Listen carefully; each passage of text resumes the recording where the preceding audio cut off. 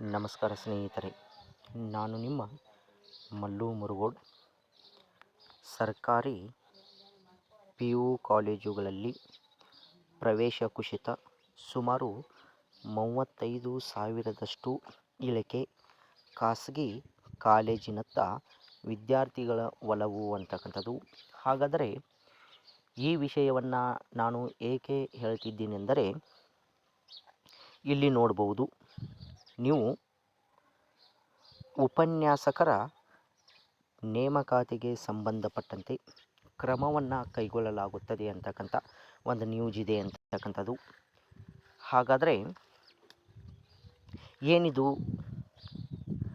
ಯಾವ ಉಪನ್ಯಾಸಕರನ್ನು ನೇಮಕಾತಿ ಮಾಡ್ತಕ್ಕಂಥದ್ದನ್ನು ನಾವು ನೋಡ್ಬೋದು ಅಂದರೆ, ಇಲ್ಲಿ ನೋಡಿ, ಈ ಮಧ್ಯೆ ವಸ್ತುಸ್ಥಿತಿಯ ಕುರಿತು ಪ್ರತಿಕ್ರಿಯಿಸಿರುವ ಶಾಲಾ ಶಿಕ್ಷಣ ಮತ್ತು ಸಾಕ್ಷರತಾ ಇಲಾಖೆ ಸಚಿವ ಮಧು ಬಂಗಾರಪ್ಪ ಅವರು ರಾಜ್ಯದಲ್ಲಿ 75 ಆದರ್ಶ ವಿದ್ಯಾಲಯಗಳನ್ನು PU ಕಾಲೇಜುಗಳಾಗಿ ಮೇಲ್ದರ್ಜೆಗೇರಿಸಲಾಗಿದ್ದು, 500ಕ್ಕೂ ಹೆಚ್ಚು ಕರ್ನಾಟಕ ಪಬ್ಲಿಕ್ ಶಾಲೆಗಳಲ್ಲಿ ಪದವಿ ಪೂರ್ವ ಶಿಕ್ಷಣವನ್ನು ಆರಂಭಿಸಲಾಗುತ್ತಿದೆ.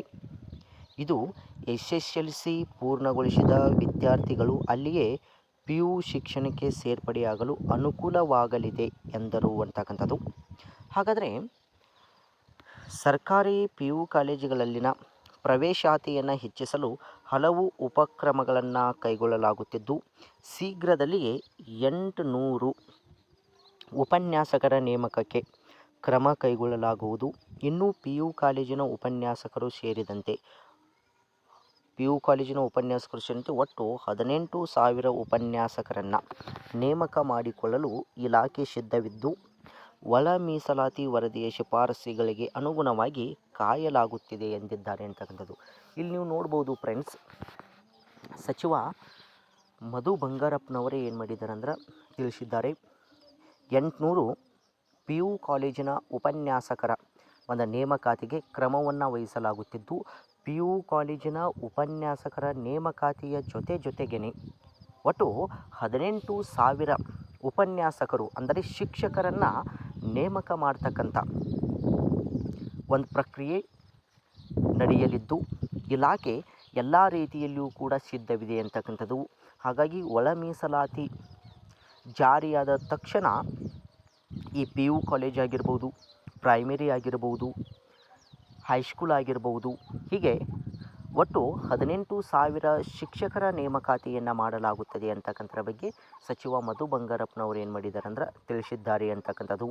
ಹಾಗಾಗಿ ಯಾರೂ ಕೂಡ ನಿಮ್ಮ ಒಂದು ಉತ್ಸಾಹವನ್ನು ಕಳೆದುಕೊಳ್ಳದೆ ನಿಮ್ಮ ಪ್ರಯತ್ನವನ್ನು ಮುಂದುವರಿಸಿ, ಅದರ ಜೊತೆಗೆ ಈ ಒಳ ಮೀಸಲಾತಿ ವರದಿಯೂ ಸಹ ಸಿದ್ಧವಿದ್ದು, ಇದೇ ತಿಂಗಳ ಕೊನೆಯಲ್ಲಿ ಸರ್ಕಾರಕ್ಕೆ ಸಲ್ಲಿಸ್ತೀವಿ ಅಂಥೇಳಿ ನ್ಯಾಯಮೂರ್ತಿ ನಾಗಮೋಹನ್ ದಾಸರವರು ಕೂಡ ಏನು ಮಾಡಲಾಗಿತ್ತು ಅಂದರೆ ತಿಳಿಸಿದ್ದಾರೆ ಅಂತಕ್ಕಂಥದ್ದು.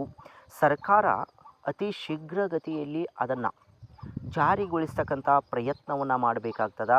ಏಕೆಂದರೆ ಎಷ್ಟೋ ಅಭ್ಯರ್ಥಿಗಳು ನೇಮಕಾತಿಯ ಒಂದು ಅಧಿಸೂಚನೆಗಾಗಿ ಜಾತಕ ಪಕ್ಷಿಯಂತೆ ಕಾಯುತ್ತಿದ್ದು, ಹಾಗಾಗಿ ಅಭ್ಯರ್ಥಿಗಳಿಗೆ ಒಂದು ಅವರ ಹಿತಾಸಕ್ತಿಯನ್ನು ಕಾಪಾಡ್ತಕ್ಕಂಥ ಕೆಲಸವನ್ನು ಈ ಸರ್ಕಾರ ಮಾಡಬೇಕಾಗ್ತದೆ. ಹೀಗಾಗಿ ಎಲ್ಲ ಅಭ್ಯರ್ಥಿಗಳ ಪರವಾಗಿ ಸರ್ಕಾರ ಈ ಒಳ ಮೀಸಲಾತಿ ವರದಿಯನ್ನು ಅತಿ ಶೀಘ್ರಗತಿಯಲ್ಲಿ ಜಾರಿಗೊಳಿಸಿ ಎಲ್ಲ ಇಲಾಖೆಯ ನೋಟಿಫಿಕೇಷನ್ಗಳನ್ನು ಅತಿ ಶೀಘ್ರದಲ್ಲಿ ಹೊರಡಿಸಬೇಕಂತಕ್ಕಂಥದ್ದು ಕೂಡ ನಮ್ಮ ಮನವಿಯಾಗಿರ್ತದೆ. ಹಾಗಾಗಿ ಇದು ಒಂದು ಪ್ರಮುಖವಾದಂಥ ಮಾಹಿತಿ ಅಂತಕ್ಕಂಥದ್ದು.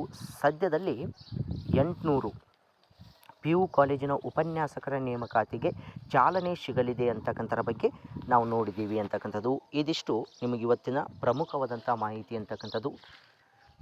ಮಾಹಿತಿ ಇಷ್ಟವಾಗಿದ್ದರೆ ನಮ್ಮ ಚಾನಲನ್ನು ಸಬ್ಸ್ಕ್ರೈಬ್ ಮಾಡಿಕೊಳ್ಳಿ, ಪಕ್ಕದಲ್ಲಿರ್ತಕ್ಕಂಥ ಬೆಲ್ ಐಕನನ್ನು ಆನ್ ಮಾಡಿಕೊಳ್ಳಿ. ಎಲ್ಲರಿಗೂ ಧನ್ಯವಾದಗಳು.